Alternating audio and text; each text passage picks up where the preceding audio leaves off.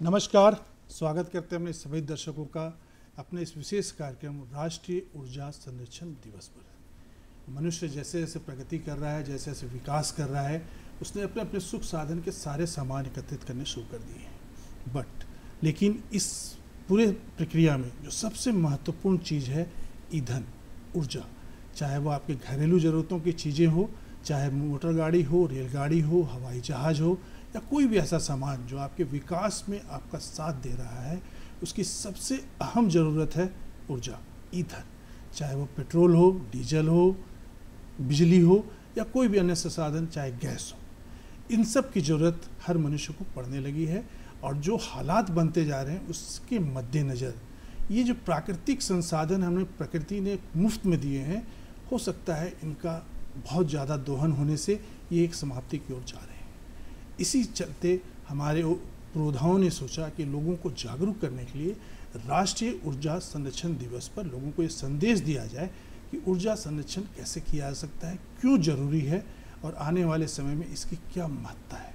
आज इसी विषय पर हमने स्टूडियो में विशेषज्ञों को आमंत्रित किया है। हमारे साथ हैं श्री देवनाथ बेड़ा जी, ये अपने सीईओ हैं रांची पार्टनर्स मैनेजमेंट्स के। हमारे साथ मौजूद हैं अश्विनी अशोक जी, जो निदेशक हैं CEED के। दोनों विशेषज्ञों का हार्दिक हार्दिक स्वागत है अपने इस कार्यक्रम में। सबसे पहले शुरू करते हैं बेड़ा साहब आपसे, क्या ज़रूरत है राष्ट्रीय ऊर्जा संरक्षण दिवस की, क्यों ज़रूरत महसूस हुई है? थैंक यू, नमस्कार, धन्यवाद, जोहार। मुझे आमंत्रित करने के लिए शुक्रिया अदा करता हूँ। राष्ट्रीय संरक्षण दिवस की अत्यंत आवश्यकता है, क्योंकि बिना इसे दिवस बनाए हम लोग जनसंख्या में इसकी किस तरह से लोगों के बीच इसको समाधान का जो प्रॉब्लम है, जो किस तरह से हम इसको प्रचार करें। इस साल का जो राष्ट्रीय संरक्षण दिवस की जो थीम है वो है पावरिंग सस्टेनेबिलिटी, मतलब जो पावर, जो ऊर्जा, जैसे आपने कहा कि उसको संरक्षण करना है, इसलिए कि सारी पावर की, ऊर्जा की जो संपदा है वो प्राकृतिक है। और प्राकृतिक बहुत तरह के हैं, जैसे कि तेल से है, गैस से है, कोयला से है, और जल से है, जो सैकड़ों साल के बाद में हमें मिली है, और आने वाले समय में शायद इसका पुनर्निर्माण उतना ही मुश्किल। बिल्कुल। और जिस तरह से इसकी उत्पादन हो रही है और जिस तरह से इसकी खर्च हो रही है, वो शीघ्र ही समाप्त हो जाएगा आने वाले कई वर्षों में। तो इसलिए बहुत अत्यंत ज़रूरी है कि हम इसकी संरक्षण करें। और जैसे कि हम सब जानते हैं, चाहे घरेलू हो, चाहे इंडस्ट्री हो, या देश को आगे बढ़ाना हो, जिसकी इकोनॉमी हम लोग अगले कुछ सालों में $5 ट्रिलियन करेंगे, तो इकोनॉमी तभी बढ़ती है जब ऊर्जा उपलब्ध हो। और जो ऊर्जा उपलब्ध है उसको हम संयम से उसको यूज़ करें और उसको सस्टेनेबली तरीके से हम उसको आगे बढ़ाएं। नहीं तो अगर ऊर्जा नहीं है तो हम आगे नहीं बढ़ सकते। और रोज़मर्रे की जो हमारी ज़रूरतें हम देख रहे हैं कि जैसे दिन बढ़ता जा रहा है, परिवार या तो छोटे हो जा रहे हैं, लेकिन उनकी जो ऊर्जा की आवश्यकता है वो बढ़ती ही जा रही है। ऐसा कोई भी दिन नहीं है कि ऊर्जा की हमारे पास अपूर्ण ढेल पड़ा हुआ है और जो व्यर्थ जा रहा है। छोटी से छोटी घरेलू ज़रूरतों में भी आपको ऊर्जा की आवश्यकता है, एकदम। चाहे वो गैस हो, अगर आपको घर में मिक्सी चलाना हो तब भी बिजली की आवश्यकता है, अगर आपको कहीं जाना हो मोटर गाड़ी में भी ईंधन की आवश्यकता है। बिल्कुल। अश्विनी जी आ रहे हैं आपके पास में। एक कहावत है, पूत कपूत तो का धन संचय और पूत सपूत तो का धन संचय। मतलब ये कि अगर आपकी आने वाली पीढ़ी सपूत है तो उसमें धन संचय करने की जरूरत नहीं है, कपूत है तब तो करने की आवश्यकता ही नहीं है। लेकिन यहाँ दोनों ही चीज़ों में सबसे बड़ी बात है कि आपको संचय करना ही करना है। बिल्कुल। ऊर्जा का संचय अगर आपने नहीं किया तो आने वाली पीढ़ी आपसे सवाल करेगी कि आपने मेरे लिए क्या छोड़ा। अशोक जी, आप क्या समझते हैं राष्ट्रीय ऊर्जा संरक्षण दिवस पर? सर, जैसा कि आपने बोला, आपने बहुत ही सटीक एग्जाम्पल दिया और उदाहरण बताया अभी हमें। राष्ट्रीय ऊर्जा संरक्षण दिवस बहुत ही महत्वपूर्ण है। इस सिलसिले में जैसा कि बेरा साहब बता रहे थे कि डेवलपमेंट अगर होता है तो ऊर्जा तो हमें चाहिए ही। आज हम अपने आप को ऐसा नहीं देख सकते कि हमारे पास बिना बिजली के हम 1 घंटे भी जी सकते हैं। और ये आने वाले टाइम में, आने वाले दिनों में ये बढ़ता ही जाएगा। जिस तरीके से पॉपुलेशन बढ़ रहा है, डेवलपमेंट बढ़ रहा है, ऊर्जा की खपत भी बढ़ रही है। लेकिन जो स्रोत है वो तो धीरे धीरे ख़त्म होती जा रही है, कम होती जा रही है, जो प्राकृतिक स्रोत हमारे पास है, इस चीज़ों पे अगर हम लोग रोकथाम नहीं करेंगे तो जो आपने बताया कपूत के बारे में जो बोला, बिल्कुल यहाँ पे एकदम सटीक बैठता है कि आने वाले दिनों में हमारे पास वो ईंधन ही नहीं रहेगा। और फिर जो होगा, जिस देश के पास वो ईंधन होगा वो पावरफुल हो जाएगा, जिस देश के पास वो ईंधन नहीं होगा वो हेल्पलेस हो जाएगा। तो इस सिलसिले में अगर हम अभी से इस पे अगर काम नहीं करेंगे, अपने आप पे लगाम नहीं लगाएंगे, क्योंकि ये सिर्फ सरकार की नहीं, ये एक पर्सनल, एक व्यक्तित्व, हर आदमी की व्यक्तिगत जिम्मेवारी बनती है कि प्राकृतिक संसाधनों को बचाए रखें जितना संभव, जितनी जरूरत है उतनी तो आपको खपत करनी है। हमने ऑलरेडी एक उदाहरण कोविड के टाइम में देखा था जी। तब हमें समझ में आया कि ऑक्सीजन कितनी जरूरी है, राइट। फ्री में मिलने वाली चीज के लिए भी लोग तरसा करते थे। बिल्कुल सही बात है। वही चीज अगर इसके साथ हो जाए तो बहुत बुरा हालत होगा। तो उससे बचने के लिए ऊर्जा संरक्षण सबसे आसान उपाय है। ऊर्जा उत्पादन से ज़्यादा आसान ऊर्जा संरक्षण है जी। ऊर्जा उत्पादन तो हो सकता है, बट संरक्षण करके अगर आप उसे बचा लेते हैं तो हो सकता है आने वाली उसको आप फ्यूचर में यूज़ कर सकते हैं। बिल्कुल। बेड़ा साहब, क्या कदम उठाए जा रहे हैं ऊर्जा संरक्षण के लिए हमारी सरकार के द्वारा, और आम जनता क्या क्या करे इसमें? ओके, सरकार के द्वारा तो काफ़ी कुछ नियमें लागू है और काफ़ी कुछ उपलब्धियां हैं, और जनता भी इसको बहरूपी तरह से इसको आजमा रही है। एक आपने जैसे मुहावरा कहावत बोली, मैं भी बोलूँगा कि power saved is power generated. बिल्कुल। जब आप घर में हैं, आप बिजली यूज़ कीजिए, जो आपको ज़रूरत है बिल्कुल कीजिए। आप रूम से जैसे ही निकले, आपको एक अच्छी हैबिट या आदत डालनी पड़ेगी कि आप अपने लाइट पंखे बंद कर दें। तो उसमें क्या होगा, जो बिजली खर्चा हो रही थी वो बंद हो जाएगी, तो वो आपका पावर बच गया। इससे आपकी भी बिजली की बिल कम होगी, और सरकार की पावर स्टेशन जो बिजली बनाती है वो किसी लास्ट माइल तक इसको सप्लाई कर सकती है। लोगों के मन में एक धारणा होती है कि एक बल्ब जलते रहने से क्या होता है जी, एकदम जैसे बूंद बूंद से घड़ा भरता है और बूंद बूंद से एक ओशन भरता है, उसी तरह बूंद बूंद की जो इलेक्ट्रिसिटी और ऊर्जा है उसको बचाने से काफ़ी, जैसे भारत 140 करोड़ प्रधान देश है, 140 करोड़ में सोचिए अगर 120 करोड़ लोग कॉन्शियसली ऊर्जा को यूज़ करते हैं, अगर 1 यूनिट बचा देंगे तो 140 करोड़ यूनिट की बचत रोज की रोज होती है। बिल्कुल। एक झारखंड जैसे राज्य में जहां हमारी ऊर्जा की रिक्वायरमेंट करीब 2500 मेगावाट की है और करीब 36,000 गीगावाट आवर की ऊर्जा खपत होती है, इसमें से अगर इस नियमित रूप से अगर हम ऊर्जा को बचा पाए तो हमारा ऊर्जा बहुत संरक्षण हो पाएगा। एक और कहावत है जो जैसे काल करे सो आज कर, आज करे सो अब, पल में पड़ ले होगी बहुरी करेगा कब। फ्यूचर में जब ईंधन खत्म हो जाएगा, ऊर्जा खत्म हो जाएगा, अगर उसकी संरक्षण हम आज अभी से शुरू कर दें तो हम आगे काफ़ी बढ़ सकते हैं। और इन बिटवीन बीच के दौर में काफ़ी साइंटिस्ट, काफ़ी लोग इसके नए आविष्कार करेंगे, नए ऊर्जा की विधियाँ आएंगी, पर जब तक वो नहीं आ जाती हम लोग को इसको संरक्षण करना ही पड़ेगा। जैसे ऊर्जा हुआ वैसे पानी हुआ, इस तरह की हवाएं, ऑक्सीजन, सब कुछ, हमको सब चीज़ की संरक्षण करनी चाहिए। भगवान इस पूरे पृथ्वी में इतनी संपदा दी है कि विश्व के सारे मानव आराम से रह सकते हैं अगर सब इसको संरक्षित करके उपयोग संतुलित ढंग से इसे रखें, तभी हो सकेगा। अगर आप इसका ज़्यादा दोहन करेंगे तो निश्चित रूप से वो खत्म, क्योंकि ये पूरी की पूरी प्राकृतिक रूप से हमें जीवाश्म के रूप में मिली है। बिल्कुल। अश्विनी साहब, आप क्या समझते हैं, क्या करना चाहिए आम जनमानस को ऊर्जा संरक्षण के दिवस? मुझे जो लगता है आम जनमानस के लिए सबसे पहला कदम है रिस्पॉन्सिबल बनना। अच्छा, जिम्मेवार बनना। बिल्कुल, क्योंकि जिम्मेवारी से ही आप अपना संरक्षण शुरू कर सकते हैं। और जैसे बोला जाता है ना कि कोई भी चेंज जो है पहले घर से शुरू होनी चाहिए। बिल्कुल। और खुद से शुरू होनी चाहिए। तो ये चेंज पहले खुद में अपनाना चाहिए। मैं एक एग्जांपल देता हूँ छोटा सा, जो कि आज मैंने किया है। मैं और बेरा साहब एक ही रूट से आते हैं, हम लोग ने कार पूल करके आए। वेरी गुड, ये हुई ना बात। अगर 2 आदमी 2 कार से आते तो उतना ईंधन बर्बाद। बिल्कुल। तो हम लोगों ने कार पूलिंग किया।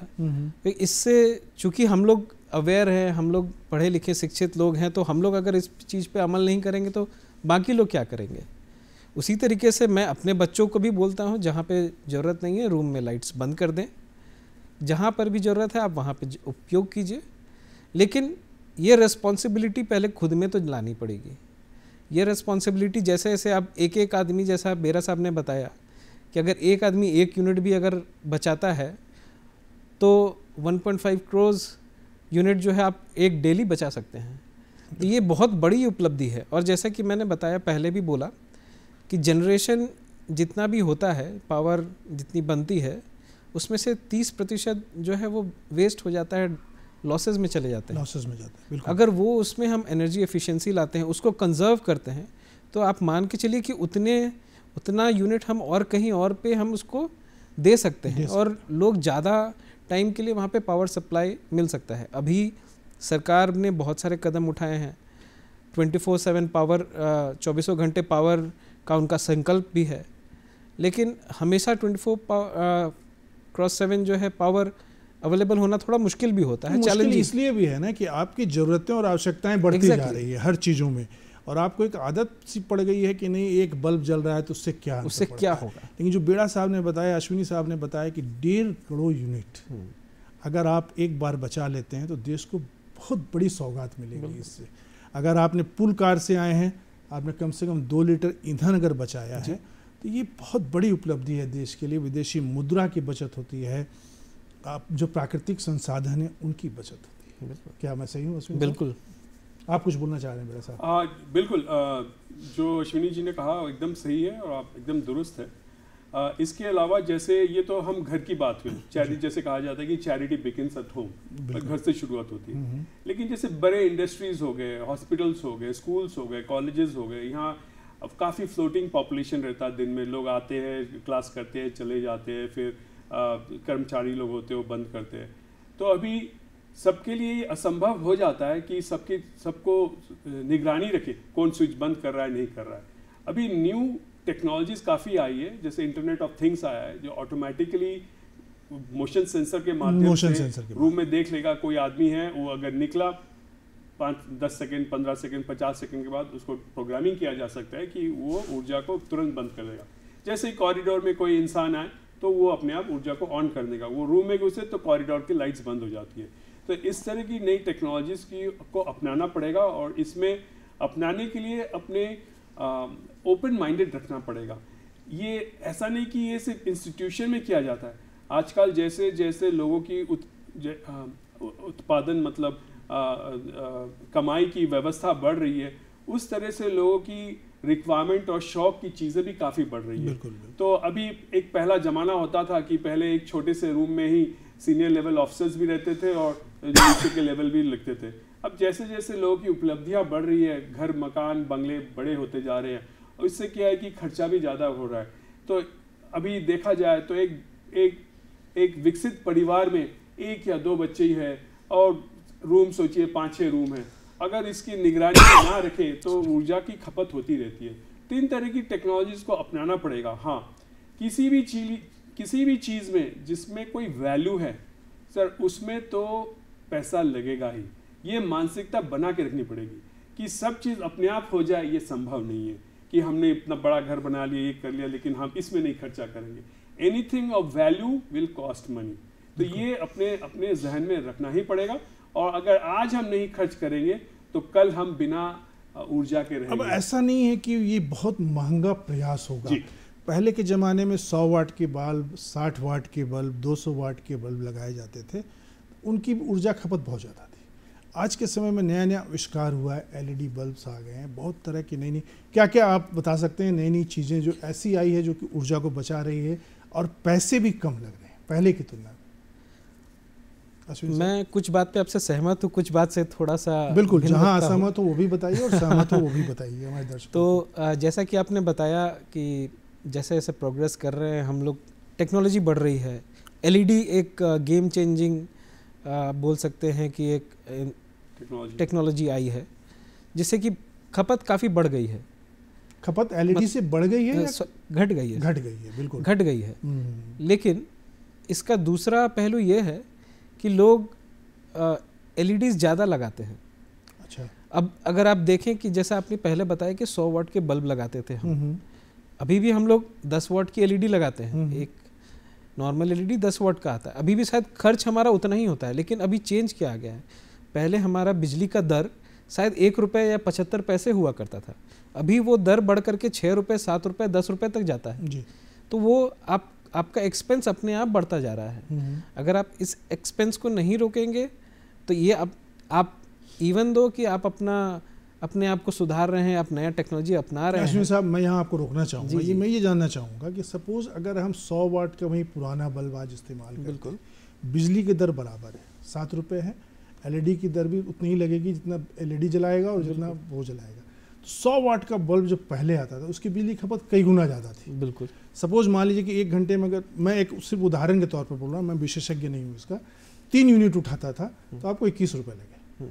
अगर LED बल्ब आज के समय में वो 10 वाट का अगर LED बल्ब हम 3 घंटा जलाते हैं, उसका यूनिट आता है 1 यूनिट।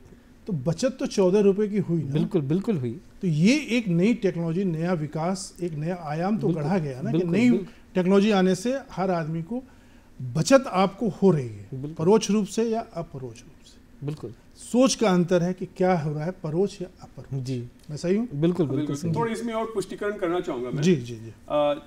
जो 100 वाट की जो बल्ब थी वो अगर 10 घंटा चलेगी तो वो 1000 वाट 1 यूनिट बनाएगी।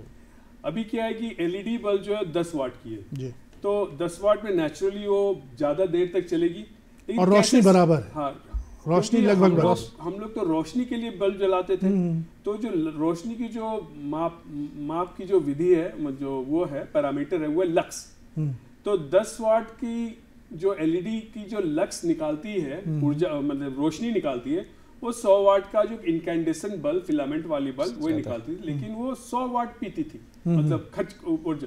तो अभी क्या है, LED के चलते वो आपकी जो रोशनी की जो लक्स है वो उतनी ही मिल रही है, लेकिन आपकी ऊर्जा खपत कम हो रही है। तो डेफिनेटली इसमें काफ़ी कुछ एफिशिएंसी आया है कि जिससे कि हमारी ऊर्जा को हम संरक्षण कर सकें। ये तो बल्ब की बात हो गई। अभी घरों में लोग जैसे जैसे क्लाइमेट चेंज हो रहा है, गर्मी बढ़ रही है, अभी अधिकतर आम घरों में भी आप AC देखेंगे। अब AC में भी चलिए देहातों में अभी हमें AC की आवश्यकता नहीं पड़ती है, लेकिन बुनियादी जरूरतें जैसे मिक्सी बिल्कुल, वॉशिंग मशीन, गैस का चूल्हा, ये सब बुनियादी आवश्यकताएं हैं। इनमें एक पैरामीटर आया है 5 स्टार, 4 स्टार, 3 स्टार। जैसे जैसे स्टार आगे बढ़ते हैं वैसे वैसे ऊर्जा की खपत कम होती है। क्या मैं सही हूँ? एकदम।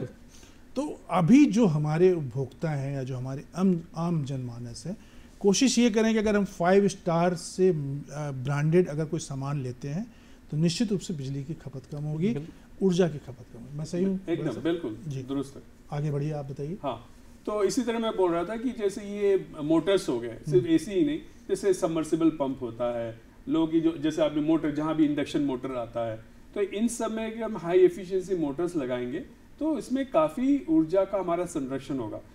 चलिए, घरेलू में ऊर्जा की जो रिक्वायरमेंट है वो थोड़ी कम होती है कंपेयर टू इंडस्ट्रीज़। अब इंडस्ट्रीज़ देखिए, कोई भी फैक्ट्रीज देखिए, उसमें मोटर ही मोटर लगे क्योंकि मशीन चलती है, और ये सब इंडक्शन मोटर है। इन सब में अगर एनर्जी एफिशिएंसी वाली फैक्टर लाया जाए तो इसमें क्या होता है कि कंपनी की भी पैसे बचते हैं और ऊर्जा की भी संरक्षण होती है और उनकी यूटिलिटी बिल्स की भी कमी आ जाती है। तो इस तरह से इंसान के पास जो रिसोर्स था वो देखने को जाता है कि वो 2-3 गुना ज़्यादा बढ़ गया है, कि उसकी उपयोग और तरह से किसको किया जाए, या तो उत्पादन बढ़ाया जाए, या अगर जैसे बहुत कंपनीज होती है कि स्टाफ को ज़्यादा सैलरी दिया जा सकता है कि अगर वो अपने एक्सपेंसेस को कम करते हैं। तो ये दोनों तरफ से लाभवान है। पहले एक समय था जब तेल बेचने वाले देशों पर हम लोग आश्रित रहा करते थे, उनकी शर्तों पर जिया करते थे। जी। लेकिन जब से ये इस तरह का आविष्कार हुए हैं, बिजली से चलने वाली गाड़ियाँ, बैटरी से चलने वाली गाड़ियाँ, तो इन सब के बाद ईंधन की खपत तो निश्चित रूप से कम हुई और निर्भरता भी कम हो गई। ये एक अच्छी सुखद बात है। बिल्कुल। अश्विनी साहब, ये बताइए, हमारी सरकार आम जनता के लिए वैकल्पिक जो ऊर्जा के साधन हैं उनके लिए क्या क्या कर रही है? सौर ऊर्जा हो गया, पन बिजली हो गया, ये सब के लिए हमारे आम जनमानस को क्या फ़ायदा हो सकता है? अगर मैं झारखंड की बात करूं तो झारखंड में जैसे झारखंड सोलर पॉलिसी है, नीति आई हुई है, उसमें ऑलरेडी कुछ सब्सिडीज़ दिए हुए हैं अलग अलग क्षेत्र में। ईवी पॉलिसी है हमारे पास, सरकार ने जो लाया है, जिसके उसके अंदर भी जो है ईवी मतलब इलेक्ट्रिक व्हीकल्स खरीदने के लिए सब्सिडीज़ अवेलेबल किए गए हैं। मैन्युफैक्चरिंग के लिए उसमें फैसिलिटीज़ दिया गया है। उसी तरीके से अलग अलग नीतियां हैं और अलग अलग स्कीम्स भी चल रही हैं। सबसे अभी मशहूर स्कीम्स है पीएम सूर्य घर योजना, जिसमें हर घर पे सोलर लगाने की बात कही जा रही है। अब इसमें हर नागरिक अपने घर पे सोलर की पैनल लगा सकते हैं। सोलर पैनल लगाने का बहुत ही सिंपल सा तरीका दिया गया है, वो बताया गया है किस तरीके से लगाया जा सकता है, और इसको पूरे देश में इसको अपनाया जा रहा है। ये तकनीकी रूप से भी इसको आप लोग सहायता करते हैं? बिल्कुल, तकनीकी रूप से भी सहायता करते हैं। उसमें क्या रिक्वायरमेंट है सारा कुछ होता है, कुछ भी करने की ज़रूरत नहीं है, सिर्फ इतना ही पता करने का है कि उनका जो है एक कंज्यूमर होना चाहिए, उनको एक जो बिजली की कंपनी के साथ उनका टाई अप होना चाहिए, मतलब कंपनी के कंज्यूमर होना चाहिए। अगर वो कंज्यूमर हैं तो उनके घर पे छत पे उन पे स्पेस होना चाहिए, छांव रहित स्पेस होना चाहिए। वो अगर रहता है तो आप उसको सोलर पैनल आप आराम से लगा सकते हैं। और इसके साथ साथ आप ईवीज़ पे जो आपने भी बात की, ईवीज़ है जो कि अभी बहुत ही चलन में है। इलेक्ट्रिक व्हीकल्स की जो बात करते हैं, स्कूटी आ गई, मोटरसाइकिल्स आ गए, गाड़ियाँ, और इसमें सब्सिडीज़ भी है। इसमें सब्सिडीज़ भी है सरकार की तरफ से इसमें मतलब आम जनता पर बहुत ज़्यादा बोझ नहीं पड़ रहा है। सरकार भी उसमें सहायता कर रही है ऊर्जा संरक्षण के लिए। बिल्कुल जी। सोलर पैनल लगाने की प्रक्रिया आप बता रहे थे, बताइए जरा सा। तो सोलर पैनल लगाने की प्रक्रिया बहुत ही सिंपल सा है। एक ऑनलाइन प्लेटफॉर्म है जिस पे उनको अपना आवेदन देना पड़ता है। वो आवेदन भर, इसमें एक जो बाध्यता आपने बताई कि घर में आपका बिजली का कनेक्शन होना ही चाहिए। बिल्कुल, अगर नहीं है, गांव देहात में विडंबना आज भी है कि बहुत जगह बिजली के कनेक्शंस नहीं है, वैसे लोग क्या करें? वैसे लोग जैसे नोडल एजेंसी होती है, झारखंड में जरेडा एक नोडल एजेंसी है, वो उनसे संपर्क कर सकती है। उनसे संपर्क में ये व्यक्तिगत रूप से चलने वाली जो सोलर प्लांट होती है, जो बैटरी के साथ चलती है, उस तरीके के प्लांट पे लगाने में वो सहयोग करती है। इसके अलावा अलग अलग फॉर्म्स भी हैं, जैसे बेरा साहब के फॉर्म है, वो बेरा साहब से कनेक्ट करेंगे, बेरा साहब वहाँ जा करके उनके घर पे जो है एक सोलर प्लांट लगा करके दे सकते हैं। वो बहुत ही आसान और सरल उपाय है। जैसे कि आप बोल रहे थे कि गांव में कैसे, तो जरेडा के SN स्टेट नोडल एजेंसीज है हर एक राज्य में अपनी, तो इनके REC के माध्यम से एक प्रोग्राम होता है जिस गांव देहात में बिजली नहीं पहुंची है या बिजली रहती नहीं है, तो उसके लिए सोलार बैटरी सिस्टम के साथ ऊर्जा दिया जाता है और उसको डिस्ट्रीब्यूशन भी किया जाता है। तो REC का प्रोग्राम है जिसे प्रस्तुत करती है जरेडा, और जरेडा के विभिन्न वेंडर है, जैसे हम भी जरेडा में काम करते हैं। तो उसके माध्यम से जिस गांव देहात में बिजली नहीं है, जो नॉर्मल बिजली नहीं है, तो उसको ये सोलार पैनल्स के माध्यम से और बैटरी के माध्यम से उसमें बिजली डिस्ट्रीब्यूट की जाती है। हर एक छोटे अगर एक क्लस्टर बना करके, एक टोला बना करके आप वहाँ 10 घरों को जोड़ सकते हैं। बिल्कुल, सबके लिए आसान हो गया, बहुत ही आसान होगा। खर्च लगभग मुझे लगता है कि नगण्य ही होगा इसमें। खर्च मैंने बैटरी के साथ खर्च थोड़ा बढ़ जाता है, लेकिन हाँ कंपेरेटिवली जहाँ बिजली है ही नहीं और किसी को अगर डीजल जनरेटर चलाना पड़े, देखिए एक डीजल जनरेटर चलाने के लिए आपको 1 यूनिट बिजली पैदा करने के लिए करीब 32 से 35 रुपया लगती है 1 यूनिट का, जो सरकार के ग्रिड के माध्यम से 6 रुपया 7 रुपया के बीच में आता है। और अगर सिर्फ सोलार धूप से निकाल के ग्रिड कनेक्टेड सिस्टम हो तो उसमें 1-2 रुपया पड़ता है, लेकिन बैटरी के साथ जब कनेक्ट करते हैं तो उसकी भी रेट में गिरावट आ जाती है compare to diesel generator set. वो आपको करीब 7 से 11 रुपया पर यूनिट लगता है। इसमें सरकार अनुदान भी देती है। हाँ बिल्कुल। तो आपको मतलब हमारे आम जनमानस को इससे अच्छा क्या चाहिए? ये तो इन्होंने सिर्फ एक पहलू को छुआ, इसके अलग पहलू भी हैं। अगर आप किसान को अगर पकड़ते हैं तो किसान के लिए भी पीएम कुसुम योजना है। पीएम कुसुम योजना में क्या होता है कि हर किसान जिसका अपना खेत है, वो अपने खेत पे एक पैनल लगा सकता है और उससे पंप चला करके अपनी सिंचाई कर सकते हैं। क्या बात है, ये तो बहुत ही सुंदर बात है। अगर हमारे किसान भाइयों को ये सुविधा मिल रही है कि आप सोलर पैनल से आप पंप चलाइए, बिजली पर निर्भरता आपकी खत्म, बिल्कुल आपका अपना बिजली उत्पादन हो गया। आप जब इच्छा हो तब चलाइए, अपनी सिंचाई करिए, खेती को आगे बढ़ाइए। शहरों में भी कुछ सुविधाएं दे रहे हैं, संक्षिप्त में मुझे बताइए। शहरों में भी ये सुविधाएं हैं। शहरों में जिनके फार्म हाउसेज है या इरिगेशन करना चाहते हैं उनके लिए भी सोलार पंप सिस्टम है। सोलार पंप की एक बहुत अच्छी खूबी है कि ये सिर्फ धूप की रोशनी में चलती है, इसके लिए बिजली नहीं चाहिए, उसके लिए बैटरी भी नहीं चाहिए। और अगर बादल छाए रहे तो क्या होता है? हाँ, बादल छाए रहने से बिजली, देखिए सोलार पैनल को चलने के लिए रोशनी चाहिए। अगर बादल छाए तो रोशनी कम है। जहाँ एक किलोवाट का एक प्लांट अगर 4.5 यूनिट पैदा करता है तो जिस दिन बादल रहेगा उस दिन 1 से 3 यूनिट प्रोड्यूस करेगा, लेकिन प्रोड्यूस करेगा। बिल्कुल ऐसा नहीं है कि आप बिल्कुल अंधेरे में रह गए, बिजली चली गई तो आप 1-2 घंटे के लिए अंधेरे में रह गए, ऐसा नहीं है। हो सकता है कुछ कम हो लेकिन इसका फ़ायदा जरूर होगा। दर्शकों, आने वाली पीढ़ियों को से अगर आप उनके कोसने से बचना चाहते हैं तो आज ही सजग होइए और आज से ही ऊर्जा संरक्षण पर कुछ कदम उठाइए। चाहे घर का एक बिजली का बल्ब भी बंद करना पड़े, ज़रूर कीजिए। अगर गाड़ियां, जैसे कि बेड़ा साहब और अश्विनी साहब ने गाड़ियां पुल करके आ गए, ज़रूर आइए, कोशिश करिए इस तरह का होने का। अगर आप समाज को कुछ देना चाहते हैं तो कृपया पहल अपने आप से करें। क्या अश्विनी साहब? बिल्कुल सही। बहुत बहुत धन्यवाद अश्विनी साहब हमारे इस कार्यक्रम में आने के लिए आपका। हमारे दर्शकों को आपने अच्छी जानकारियाँ दी। बेड़ा साहब, मुझे लगता है कि अब हमारे दर्शक आपसे ज़रूर संपर्क करेंगे कि अपने घर में कैसे बिजली उत्पादन हम कर सकें। बाकी बातें डिटेल्स में तो वो आपसे आकर के ही करेंगे। बहुत बहुत धन्यवाद दर्शकों। नमस्कार। नमस्कार।